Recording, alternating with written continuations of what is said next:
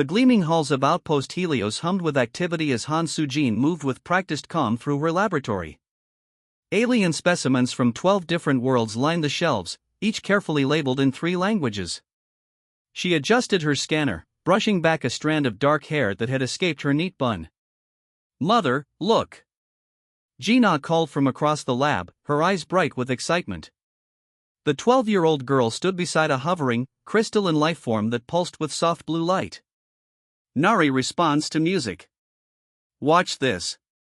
She hummed a simple melody, and the crystalline being shifted its colors to match the rhythm. Sujin smiled at her daughter's discovery. "Excellent observation. Document the frequency response for your report." From the corner of the room, the council representative Trev blinked all 6 of his eyes in rapid succession, a sign of approval in his species. He made a note on his tablet. Humans like Sujin were valuable assets to the Galactic Council, particularly those who maintained proper emotional control. "Dr. Han," Trev said, "your work continues to impress the Council. The emotional regulation protocols you've implemented among your human staff show remarkable results." Sujin nodded politely. "Thank you, Representative. We understand our place in the galactic community." That place had been hard-won. When humans first ventured beyond their solar system 50 years ago, the Council had been alarmed by their unpredictable emotional responses. War, love, fear, joy. Humans experienced these with an intensity that frightened more stable species. Rules were quickly established. Humans could join galactic society only if they agreed to strict emotional monitoring and control. Outside the lab windows, the massive form of a Council mothership hung in orbit around the research station. Its presence was both protection and reminder humans were still on probation in the eyes of the galaxy. "The Council meeting begins in 30 minutes, Trev announced. "Dr. Han, your presence is requested for the quarterly human assessment." Sujin completed her notes and locked her workstation. "Gina, please continue with the categorization. Park Minho will supervise until I return." Gina nodded seriously, already reaching for her datapad. At 12, she showed even greater promise than her mother, a natural diplomat who connected easily with alien species while maintaining the calm demeanor the Council valued. Sujin walked beside Trev through the curved corridors of the station. Workers of various species nodded respectfully as she passed. After 7 years at Outpost Helios, she had earned their trust. "Your daughter shows exceptional control for her age," Trev observed. "The Council is pleased. Gina understands the importance of our work here," Sujin replied. "Building bridges between species requires patience and clear thinking." The Council chamber doors slid open to reveal 12 representatives seated around a circular table. Light from the nearby star streamed through the transparent ceiling, casting rainbow patterns across the polished floor. "Dr. Han Sujin," announced the head counselor, a tall, thin being with skin like polished copper. "Please be seated." Sujin took her place at the table, keeping her breathing steady as the Council members studied her. These quarterly assessments determined whether humans would continue to be allowed expanded roles in galactic affairs. "We have reviewed your research on cross-species medical applications," the head counselor said. "Impressive work. However, our primary interest remains human integration. The incident on Proxima Station concerns us." Images appeared above the table showing humans protesting new restrictions on Earth colony expansion. "An isolated incident," Sujin said calmly. "Those individuals have not completed the full integration training. Our outpost demonstrates that humans can function within Council parameters." The head counselor nodded slowly. "Indeed. Your team shows remarkable restraint. You yourself have become what we consider the model human specimen." Sujin felt a flicker of something, pride? Unease, but kept her face neutral. The emotional monitors embedded in the walls would detect any significant variation. "We have decided to grant your request," the head counselor continued. 10 more human families will be permitted to join Outpost Helios. Your success here provides valuable data. Thank you, counselors. We will not disappoint you." Later, as Sujin returned to her lab, she paused at the observation deck.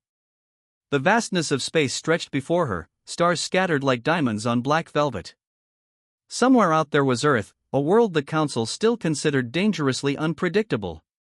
She thought of their caution, their fear of human emotion. Perhaps they were right to be careful.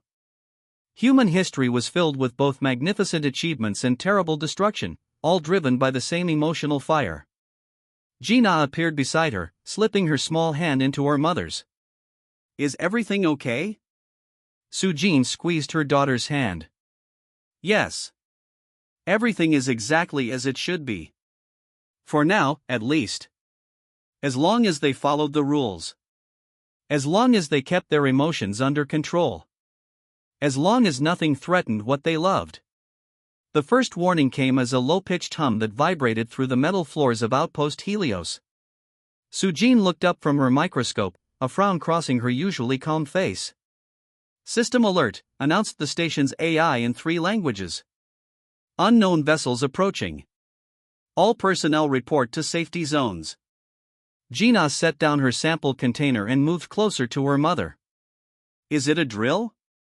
Before Sujin could answer, Security Chief Kim Tae-woo burst into the lab, his uniform rumpled and eyes wide. "Dr. Han, we need to evacuate this section immediately. Unregistered ships have breached our outer defenses." Sujin quickly saved her research data and guided Gina toward the door. "What species? Do we have visual confirmation?" "Nothing in our records," Tae-woo replied, ushering them into the corridor where other staff members hurried toward the central hub. "The Council representatives are assembling an emergency response team, but they're following standard protocols." Sujin knew what that meant, a carefully measured response that would take precious time to organize. The lights flickered, then dimmed to emergency levels. Through the corridor windows, Sujin could see 3 dark ships with jagged outlines moving into position around the station. They didn't match any known Council design. "Mother, look," Gina whispered, pointing as strange energy beams extended from the ships toward Outpost Helios. The station shuddered. Metal groaned. Somewhere in the distance, an explosion sent vibrations through the floor. "They breached the outer hull," Tae-woo reported after checking his communicator. "Security teams are engaging," but he stopped as his device beeped urgently. "They're heading for the education center." Sujin's heart jumped. The education center, where 12 children from 7 species gathered each day for lessons. Where Gina would have been if not for her work in the lab today. "My friends are there," Gina said, her voice tight with worry. The station rocked again as they reached the central hub. Council representatives huddled around a holographic display, their normally composed faces showing concern as they tracked the invaders' progress. "Representative Drav," Sujin called, approaching the senior council member. "The children, we need to evacuate the education center immediately." The tall, gray-skinned Drav turned slowly. "Dr. Han. The Council is implementing Response Protocol GA7. All civilians will be protected according to established procedures." "Those procedures will take too long," Sujin insisted, fighting to keep her voice level. "The invaders are heading directly for that section." "The Council does not act in haste," Drav replied. "Emotional responses lead to errors in judgment." Another explosion, closer this time. The station's AI voice cut through the noise. "Breach in Section 12. Unknown entities boarding. Section 12, the Education Wing." Sujin moved toward the security station, Gina close behind her. The monitor showed shadowy figures moving through smoke-filled corridors, bipedal beings in dark armor, carrying weapons unlike any Council design. "We have confirmed the intruders," announced a junior Council member. "They appear to be Vorex raiders. The Council has had limited contact with their kind." Tae-woo's face hardened. "Slavers and organ harvesters. They target isolated outposts." On the security feed, the raiders reached the education center doors. Council security forces were nowhere in sight. "We need to act now," Sujin said, her calm facade beginning to crack. "The Council is assembling a negotiation team," Drav replied. "We must follow proper protocols." The feed from the education center showed the children huddled behind their teacher as the doors began to melt under the raiders' cutting tools. Sujin recognized Gina as friends Hido, the young Falarian with bright fur, Mulla, the shy Druban child, and the others, all terrified. Protocol dictates, Drav began. They're taking the children. Taewoo interrupted, pointing at the screen. The raiders had breached the classroom. They moved with practiced efficiency, subduing the teacher and herding the children into transport capsules. The children's faces showed pure terror as the capsules sealed around them. Implement Protocol GA 7.3, Drav instructed his team. Prepare to open communications channels. There's no time for that, Sujin said, her voice rising. Those children will be off the station in minutes. Dr. Han, control yourself, Drav warned. The council will handle this situation. On the monitor, the raiders retreated toward their ship, the capsules containing the children floating behind them. Council security forces finally appeared, but maintained distance as per containment protocols. The situation requires careful diplomacy, not emotional human reactions, Drav said, not unkindly. The council has handled such incidents before. Sujin watched helplessly as the raiders boarded their ship. The capsules disappeared one by one into the dark hull. Last to enter was a capsule containing a small figure with familiar features, Gina's friend Kido, his furred face pressed against the transparent material. Then the raider ships detached from the station and accelerated away, leaving behind damaged sections and shocked survivors. Council tracking systems will monitor their departure, Drav announced. We will convene immediately to determine appropriate response measures. Sujin stood frozen, staring at the empty space where the raiders' ships had been moments before. Something cold and hard formed in her chest, a feeling the council would never have permitted, had they been monitoring. They took the children, she whispered. They took them, and you did nothing. The council chamber buzzed with voices as representatives from 12 species debated the appropriate response to the Vorex attack. Holographic displays showed the raiders' ship disappearing into the darkness of space, taking the children with them. Sujin stood perfectly still at the edge of the room. Her face showed no emotion, but something had changed in her eyes.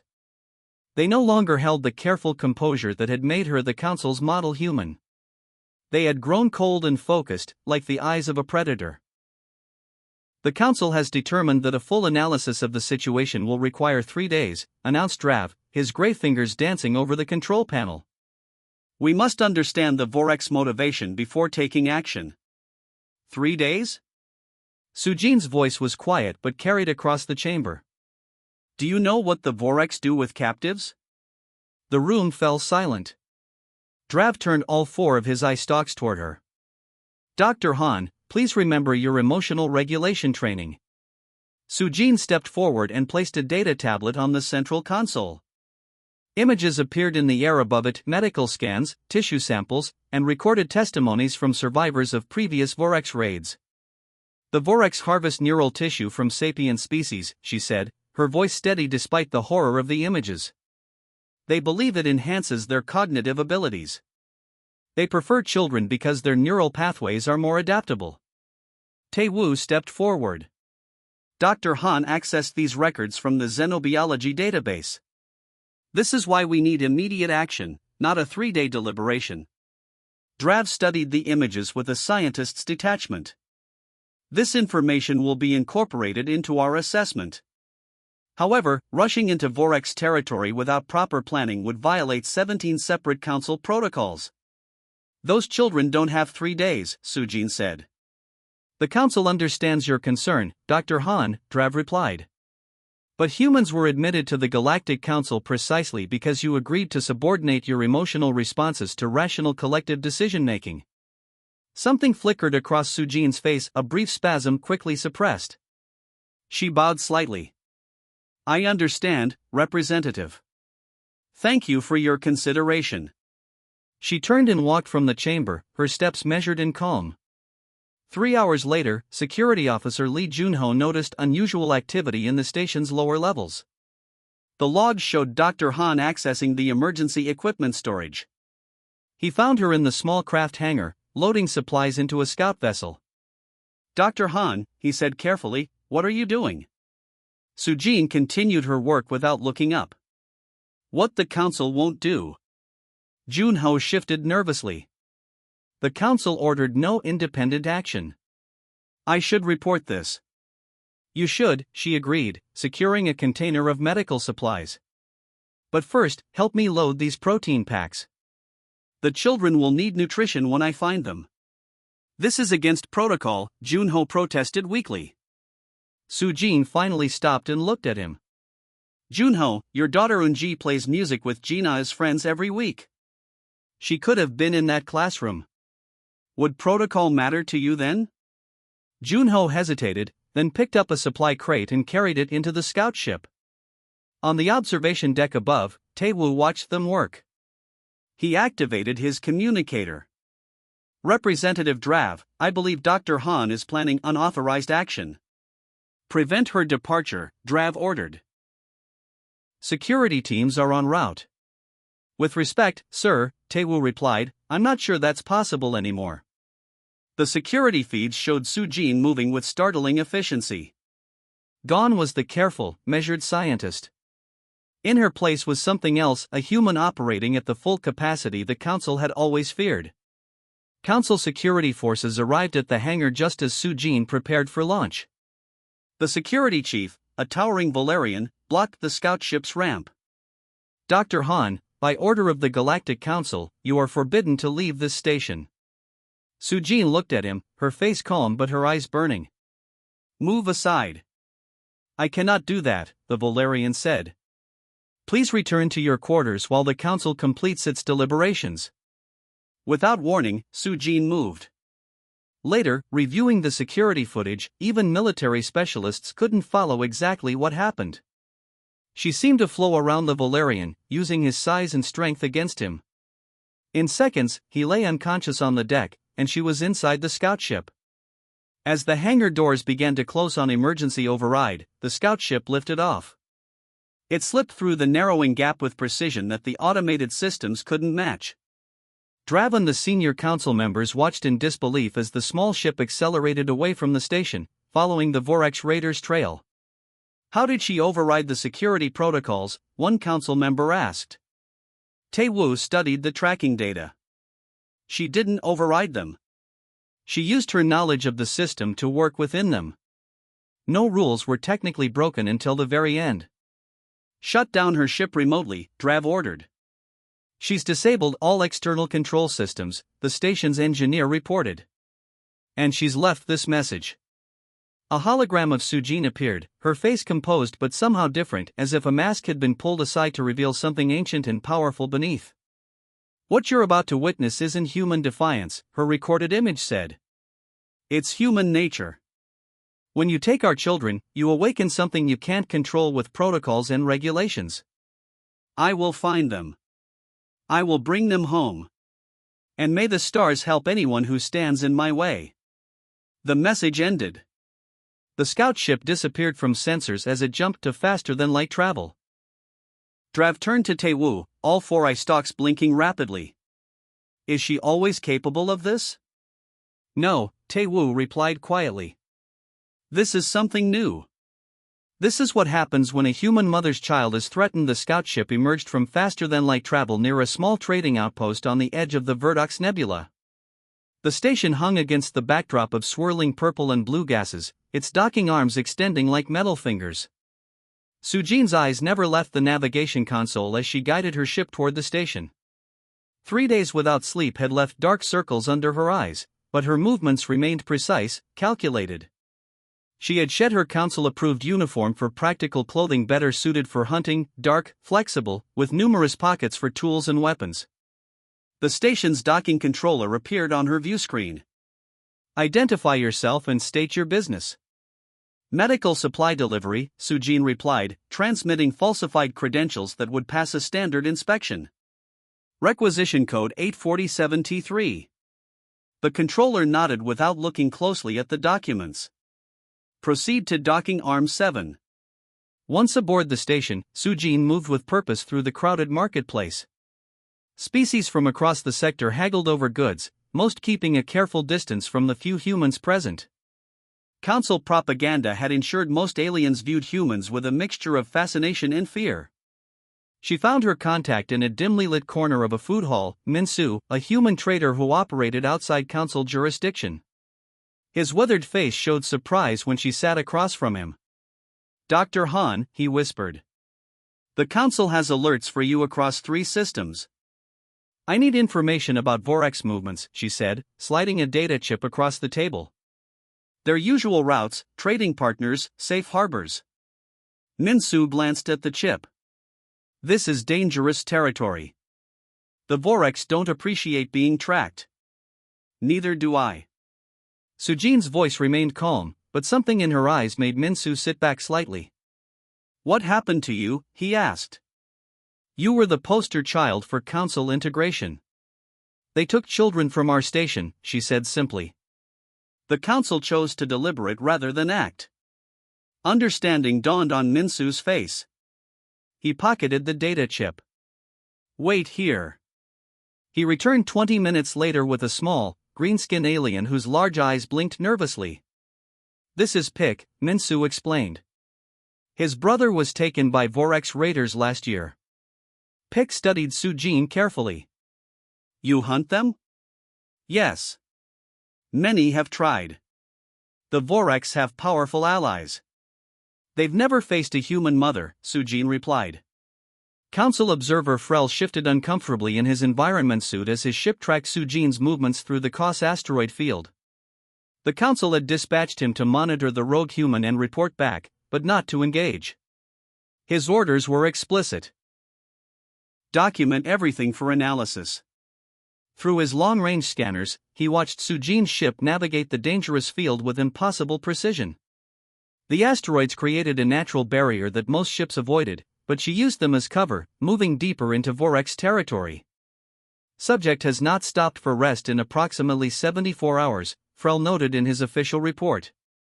"She appears to be operating on stimulants and determination alone. Traditional human limitations do not seem to apply." His scanner beeped. A Vorex patrol ship had detected something and was moving to investigate. Frel held his breath as the patrol approached Sujin's position. What happened next defied explanation. Sujin's ship powered down completely, becoming a dark, lifeless object drifting among the asteroids. The patrol passed within meters without detecting her. Once they moved away, her ship powered up again and continued its course. "The human female doesn't sleep. Doesn't eat. Improvises weapons from common materials," Frel continued in his report. "The Vorex leave traps, she anticipates them. They send hunters, she turns them into informants." He watched as Sujin's ship approached a small moon where, according to intelligence, Vorex traders sometimes stopped for supplies. Her ship landed in a canyon, hidden from orbital sensors. Hours later, his scanners detected a Vorex ship leaving the moon in a hurry. When Sujin's ship emerged soon after, it followed a different course than before. Now it moved with certainty toward a specific destination. "She has obtained information," Frel noted. "Likely through methods the Council would not sanction." On the bridge of his Council cruiser, Representative Drav reviewed Frel's reports with growing concern.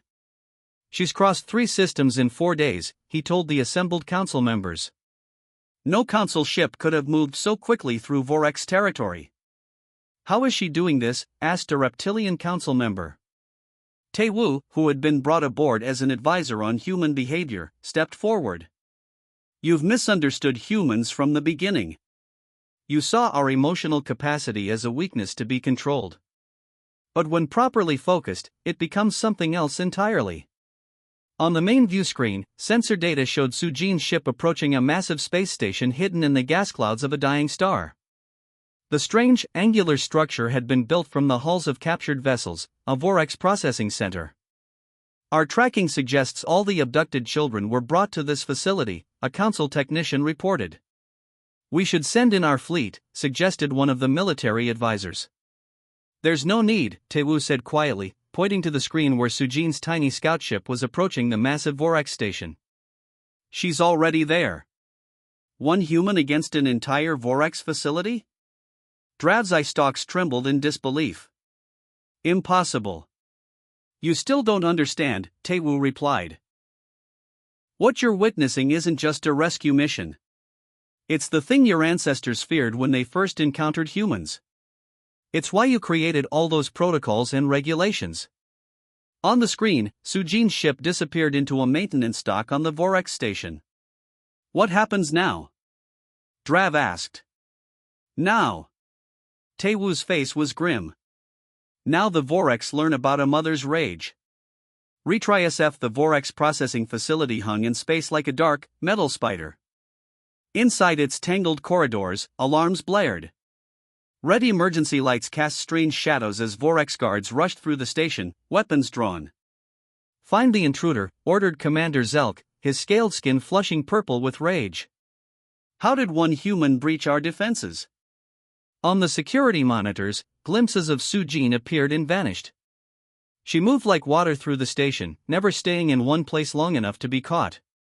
Where guards gathered, systems failed. Doors locked or opened at the wrong times. Gravity fluctuated unexpectedly. She's in the system, a technician reported, fingers flying across the control panel. She's using our own network against us. Zelk slammed his fist down. Impossible. She can't understand our technology. She's a xenobiologist, the technician said. She studies alien biology and technology. And she's had 4 days to prepare.